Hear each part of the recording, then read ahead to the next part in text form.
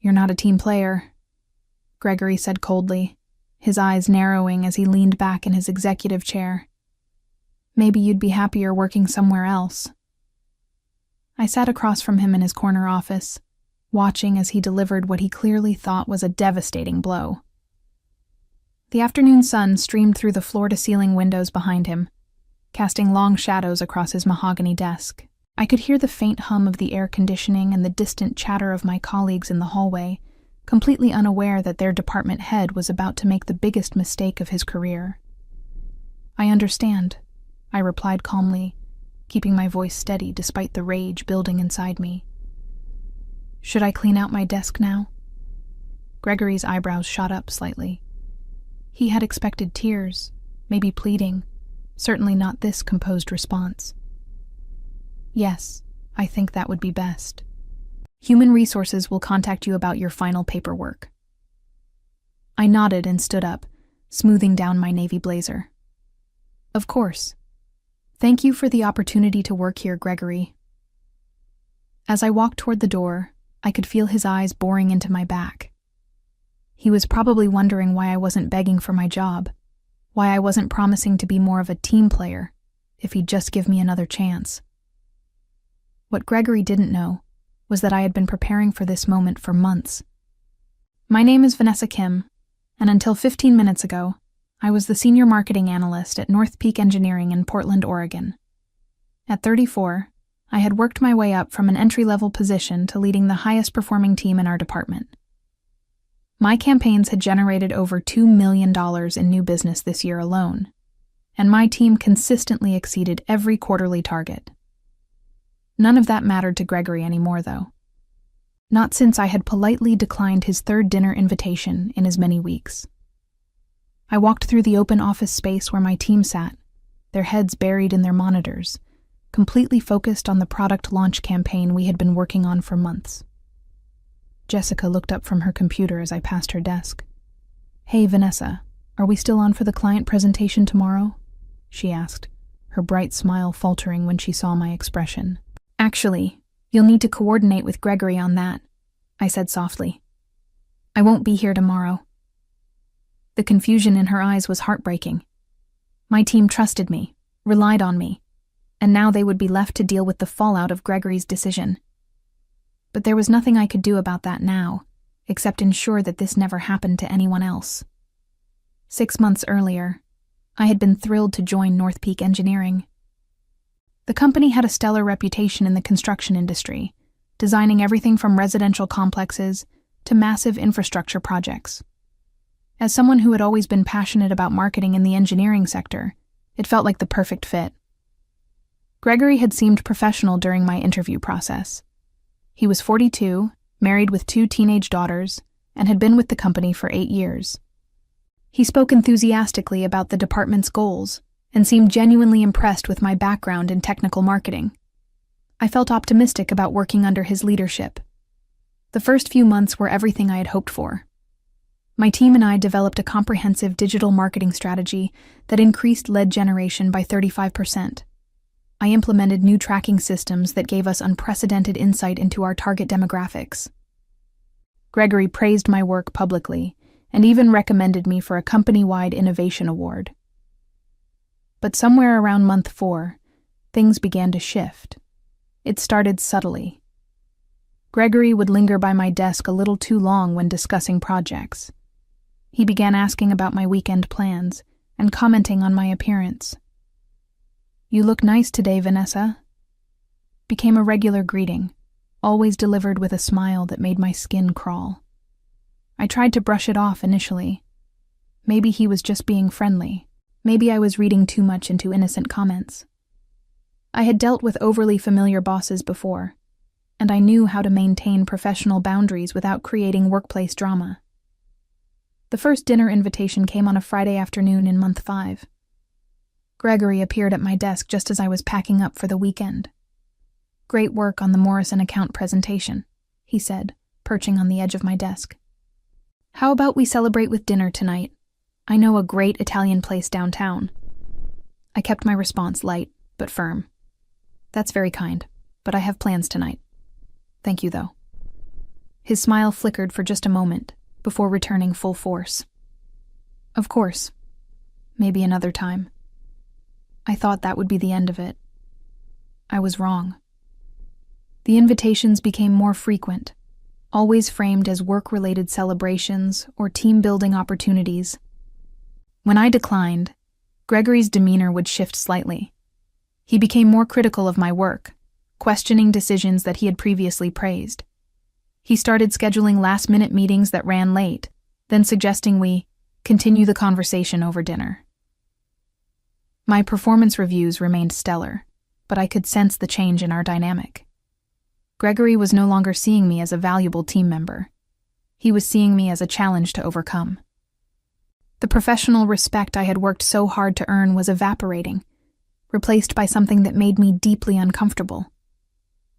By month 6, I knew I needed to protect myself. That's when I started recording our conversations. The recording app on my phone became my lifeline. Every interaction with Gregory was documented, time-stamped, and stored securely in the cloud. I told myself I was being paranoid, that I would probably never need the recordings, but my instincts were screaming that something was very wrong with the situation. The breakthrough moment came 3 weeks ago during our quarterly performance review. Gregory had called me into his office to discuss my annual evaluation, which should have been a straightforward conversation about my achievements and goals for the following year. "Your numbers are impressive as always," Gregory said, scrolling through the report on his computer screen. "The team really responds well to your leadership style." "Thank you," I replied, relaxing slightly. Maybe I had been overthinking everything. Maybe we could get back to a normal working relationship. "In fact," Gregory continued, turning to face me with that familiar smile, "I think it's time we discussed your future here. There might be a promotion opportunity coming up in the next quarter." My heart skipped with excitement. A promotion would mean more responsibility, better pay, and validation of all the hard work I had put into building my career. That sounds wonderful. What would the role entail? Gregory leaned forward, his elbows on his desk. "Well, that depends on how committed you are to being part of the leadership team. It requires a lot of collaboration, relationship building, sometimes working closely together outside of normal office hours." The way he emphasized "closely together" sent a chill down my spine. I kept my expression neutral, but inside, alarm bells were ringing. "Of course," I said carefully, "I'm always willing to put in extra effort for important projects." "Excellent." Gregory's smile widened. "Why don't we start with dinner this Friday? We can discuss the details of the position, maybe talk about your long-term career goals." "I'm thinking somewhere nice. Maybe that French restaurant on Northwest 23rd Avenue. There it was, the quid pro quo that I had been dreading. A promotion dangled like a carrot, contingent on my willingness to blur the lines between professional and personal relationships. "I appreciate the consideration," I said, my voice steady despite my racing heart. "But I prefer to keep business discussions in the office. Perhaps we could schedule a meeting next week to go over the details." Gregory's expression darkened almost imperceptibly. "Vanessa, successful people in this industry understand that relationships matter. Networking, building trust, showing that you're committed to the team. These things don't happen in conference rooms." "I understand," I replied, "but I'm not comfortable with dinner meetings. I hope you can respect that boundary." The silence stretched between us for what felt like an eternity. Gregory's jaw tightened, and when he finally spoke, his voice had lost all warmth. "I see. Well, I suppose we'll have to reassess your fit for leadership roles here." That was the moment I knew my job was in jeopardy. The retaliation began almost immediately. Gregory started excluding me from high-level meetings that I had always attended. Important emails that should have been copied to me mysteriously went to other team members instead. Projects that had been mine for months were suddenly reassigned without explanation. My team noticed the changes, though they didn't understand the cause. Jessica approached me one afternoon, her brow furrowed with concern. "Vanessa, is everything okay? Gregory said he's taking over the Henderson Industries presentation next week. I thought that was your project." I forced a smile, not wanting to drag my team into the toxic situation. "Just some reshuffling of responsibilities, nothing to worry about." But privately, I was documenting everything.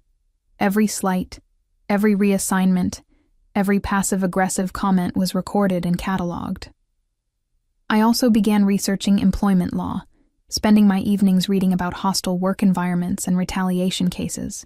The second dinner invitation came 2 weeks later, right after I had successfully closed a major deal with a new client. Gregory summoned me to his office, ostensibly to congratulate me on the win. "Outstanding work on the Cascade construction contract," he said, though his tone lacked genuine enthusiasm. "That's exactly the kind of initiative that makes someone promotion material." Here we go again, I thought, discreetly pressing the record button on my phone app. "Thank you," I replied. "The team put in a lot of excellent work on that proposal." "They did, but leadership comes from the top. Speaking of which, I think it's time we had that dinner conversation about your future here. How about tomorrow night?" I had practiced this response in my head dozens of times. "I appreciate your interest in my career development, Gregory, but as I mentioned before, I prefer to keep business discussions in the office. Perhaps we could schedule a formal meeting with human resources present to discuss advancement opportunities." The suggestion of involving human resources was deliberate. I wanted to see how he would react to the prospect of outside oversight. Gregory's mask slipped completely. His face flushed red, and his voice turned cold. "Vanessa, I'm beginning to think you don't understand how things work here. This company values team players, people who are willing to go the extra mile to build relationships. If you're not interested in being part of that culture, maybe you should reconsider your career path." "I'm very committed to my career," I said firmly. "I just believe in maintaining professional boundaries." "Professional boundaries," Gregory repeated, his tone mocking. "That's an interesting way to describe being uncooperative." The conversation ended there, but I could see the wheels turning in Gregory's head. He was done with subtlety. The gloves were about to come off. Over the next week, my work environment became increasingly hostile. Gregory began micromanaging every aspect of my job, demanding detailed reports on tasks that had never required oversight before. He criticized presentations that had previously earned praise, finding fault with formatting and word choices that he had approved just days earlier. The most damaging incident occurred during a client meeting with Portland Metro Development. I had spent weeks preparing a comprehensive marketing strategy for their upcoming housing project. But when we sat down with their executive team, Gregory undermined me at every turn. "What Vanessa is proposing is certainly creative," he said, with a patronizing smile. "But I think we need to take a more conservative approach. Let me walk you through some alternative strategies." He proceeded to present a watered-down version of my original proposal, taking credit for the research and insights I had developed. The clients looked confused by the mixed messaging, and I could see our credibility slipping away in real time. After the meeting, I confronted Gregory privately. What just happened in there was unprofessional and damaging to our client relationship. Gregory's response was ice cold. What happened in there was leadership. Maybe if you spent less time worrying about boundaries and more time being a team player, you'd understand the difference. That night, I called my attorney. Margaret Chen? No, I caught myself before thinking her name. My attorney's name was Margaret Thompson, and she specialized in employment law. I had found her through a referral from a former colleague who had dealt with a similar situation at her previous job. When I called her office, her secretary scheduled an appointment for the following day. Margaret's office was in downtown Portland, occupying the 15th floor of a sleek glass building. She was a woman in her 50s with sharp eyes and an air of competence that immediately put me at ease. After I explained my situation and played several of the most damning recordings, she leaned back in her chair and nodded grimly. You've done exactly the right thing by documenting everything, she said. These recordings clearly establish a pattern of harassment and retaliation. The fact that he's tying your job security to personal dinner invitations is textbook quid pro quo harassment. What are my options? I asked, feeling a mixture of relief and apprehension. We have several paths forward, Margaret explained. You could file a complaint with the Equal Employment Opportunity Commission, pursue internal resolution through your company's Human Resources Department, or prepare for potential litigation if the situation escalates further. What would you recommend? Margaret considered this carefully. Given that your supervisor has already begun retaliating against you professionally, I suspect this situation will continue to deteriorate. I'd recommend preparing for all possibilities while trying to protect your current position as long as possible. She was right, of course. When I returned to work the next day, the tension was palpable. Gregory barely acknowledged my presence during our morning department meeting, and when he did address me directly, his tone was dismissive and cold. The third dinner invitation came exactly 1 week later, and it would prove to be the final straw. I was working late, trying to catch up on projects that Gregory had unnecessarily complicated with his new micromanagement requirements. The office was nearly empty, with just a few dedicated employees scattered throughout the floor. When Gregory appeared at my desk at 7 p.m., I knew immediately what was coming. "Still here, Vanessa? That's dedication," he said, though his tone suggested he found my work ethic more annoying than admirable. "Just finishing up the quarterly reports," I replied, not looking up from my computer screen. "You know, this reminds me, we still haven't had that dinner conversation about your future here. Third time's the charm, right? How about we head out now and grab something at that steakhouse on Burnside?" This time I looked up and met his gaze directly. "Gregory, I've made it clear that I'm not interested in dinner meetings. I'd prefer to discuss my career development through official channels." His friendly facade cracked completely. "Official channels," he repeated with a bitter laugh. "Do you have any idea how this industry actually works? Do you think successful people get ahead by hiding behind policies and procedures?" "I think successful people get ahead through competence and hard work," I replied calmly, though my heart was racing. Gregory leaned down, placing his hands on my desk and bringing his face uncomfortably close to mine. "Let me be very clear, Vanessa. Your attitude problem is affecting your team's morale and this department's productivity. If you can't adjust your approach to collaboration, you might find that your skills aren't as valuable here as you think they are." The threat was unmistakable, and I had it all on recording. "I understand," I said quietly. But what Gregory didn't understand was that he had just handed me everything I needed to destroy him. The final confrontation happened on a Friday afternoon, exactly 3 weeks after my meeting with Margaret Thompson. I had spent those weeks meticulously documenting every interaction, every slight, every professional setback that could be traced back to my refusal to have dinner with Gregory. My team's morale was suffering under his increasingly erratic management style. He had begun questioning their work as well, apparently trying to build a case that my leadership was somehow infecting the entire department with attitude problems. Jessica had confided in me that she was considering looking for another job, and 2 other team members had expressed similar concerns. The breaking point came when Gregory announced that he was reassigning the Morrison Industries account, my biggest client and most successful ongoing project, to a junior analyst who had been with the company for less than 6 months. "I think Kevin could benefit from the exposure to high-level client management," Gregory announced during our team meeting, as if this decision made perfect sense. The room fell silent. Everyone knew that the Morrison account was complex and required deep knowledge of their industry and specific needs. Reassigning it to Kevin wasn't just arbitrary. It was potentially damaging to the client relationship and the company's reputation. After the meeting, I requested a private conversation with Gregory.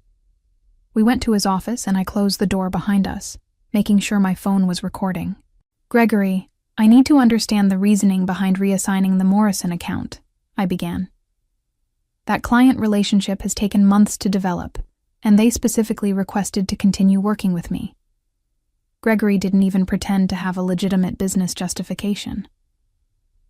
Vanessa, I've been very patient with your attitude, but I'm starting to question whether you're really committed to being part of this team. Mo, what specifically about my attitude concerns you? I asked, keeping my voice professional. You know exactly what I'm talking about. Your unwillingness to engage in the kind of relationship building that's essential in this business. Your insistence on maintaining unnecessary barriers between yourself and leadership. There it was. The clearest statement yet that my job performance was being judged based on my refusal to socialize with him outside of work. Are you saying that my professional relationships should extend beyond office hours? I asked, wanting to get his answer on record. I'm saying that people who want to advance in this company need to show that they're willing to invest in building trust and rapport with their supervisors. If you can't do that, then maybe this isn't the right environment for you. The ultimatum was finally out in the open. Submit to his inappropriate advances disguised as networking, or face continued retaliation that would eventually force me out. I see, I said calmly. And if I continue to decline dinner invitations, you'll continue to reassign my projects and undermine my position here? Gregory's face reddened. I'm not undermining anything. I'm trying to manage a department, and that requires team members who are willing to be team players. If you can't understand that basic concept, then yes, you might be happier somewhere else. Understood, I replied. In that case, I'll need to think about whether this is the right fit for me. Take all the time you need, Gregory said with a cold smile. But don't take too long. There are plenty of people who would be grateful for the opportunities you're throwing away. I left his office knowing that the end was near. Gregory had painted himself into a corner, and his next move was entirely predictable. I called Margaret Thompson and told her to prepare the paperwork. The termination notice came the following Monday morning. You're not a team player, Gregory said coldly, his eyes narrowing as he leaned back in his executive chair. Maybe you'd be happier working somewhere else. I smiled as I packed my personal items into the cardboard box that Human Resources had provided. My coffee mug, the small succulent plant that had brightened my desk, the framed photo of my graduation from business school, all of it went into the box with careful precision. Should I expect my final paycheck to include severance? I asked conversationally, as if we were discussing the weather. Gregory shrugged. That's between you and Human Resources. I'm sure they'll be in touch. I stood up, box in hand, and looked around the office one last time. My team was watching from their desks, confusion and concern written across their faces. Jessica looked like she might cry. Well, it's been educational, I said to Gregory, extending my hand for a final handshake. He hesitated for a moment before accepting it, probably wondering why I wasn't more upset. Good luck, Vanessa. Thank you, I replied. I have a feeling I won't need it. As I walked through the office toward the elevator, I pulled out my phone and sent a single text message to Margaret Thompson. It's done. He terminated me today at 2:30 p.m., exactly as we predicted. Her response came back immediately. Perfect. I'll file the complaint first thing Monday morning. Are you ready for this? I stepped into the elevator and pressed the button for the ground floor. More than ready. What Gregory didn't know was that I had 47 recordings of our interactions over the past 4 months. What he didn't know was that I had documented every instance of retaliation, every professional slight, every inappropriate comment. What he didn't know was that Margaret Thompson had already prepared a comprehensive complaint that would be filed with the Equal Employment Opportunity Commission and the Oregon Bureau of Labor and Industries simultaneously. Most importantly, what Gregory didn't know was that I had spent the past month quietly building relationships with former employees who had left the company under mysterious circumstances. The elevator doors opened, and I walked out into the Portland afternoon with a sense of anticipation that I hadn't felt in months. Monday morning arrived with a fury that Gregory never saw coming. I was sitting in a coffee shop downtown when my phone started buzzing with calls from unknown numbers. The first few went to voicemail, but by the 5th call, I decided to answer. Vanessa, this is Todd Williams from Human Resources at North Peak. We need to schedule a meeting with you as soon as possible to discuss your departure from the company. I took a sip of my latte and smiled. I'm afraid I'm not available for meetings this week. My attorney has advised me to direct all communications through her office. The silence on the other end of the line was telling. Your attorney? Margaret Thompson at Thompson & Associates. I believe you'll be hearing from her shortly if you haven't already. I hung up and checked my email. Margaret had sent me a copy of the formal complaint she had filed that morning. 37 pages of detailed allegations, supported by time-stamped recordings and documentation that painted a clear picture of sexual harassment and retaliation. The complaint had also been forwarded to local employment rights organizations and legal advocacy groups. By noon, 3 different reporters had reached out requesting interviews about workplace harassment in the engineering industry. My phone buzzed with a text from an unknown number. This is Kevin from your old team. Gregory called an emergency meeting this morning and canceled all client meetings for the week. What's going on? I didn't respond, but I smiled knowing that the chaos was just beginning. By Tuesday, the story had been picked up by the Portland Business Journal. By Wednesday, it was trending on social media under the hashtag #NorthPeak harassment. Gregory had made one fatal error in his calculations. He assumed I would disappear quietly. He was about to learn exactly how wrong he had been. Margaret called me Thursday afternoon with an update that made my day complete. Vanessa, I just got off the phone with NorthPeak's legal team. They want to discuss a settlement. The tables had finally turned. As I reflected on the journey from victim to victor, I realized that sometimes the best revenge isn't loud or dramatic. It's simply the quiet satisfaction of watching someone face the consequences of their own choices. Gregory had taught me that documentation and patience are the most powerful weapons against workplace predators, and I would carry that lesson forward into whatever came next.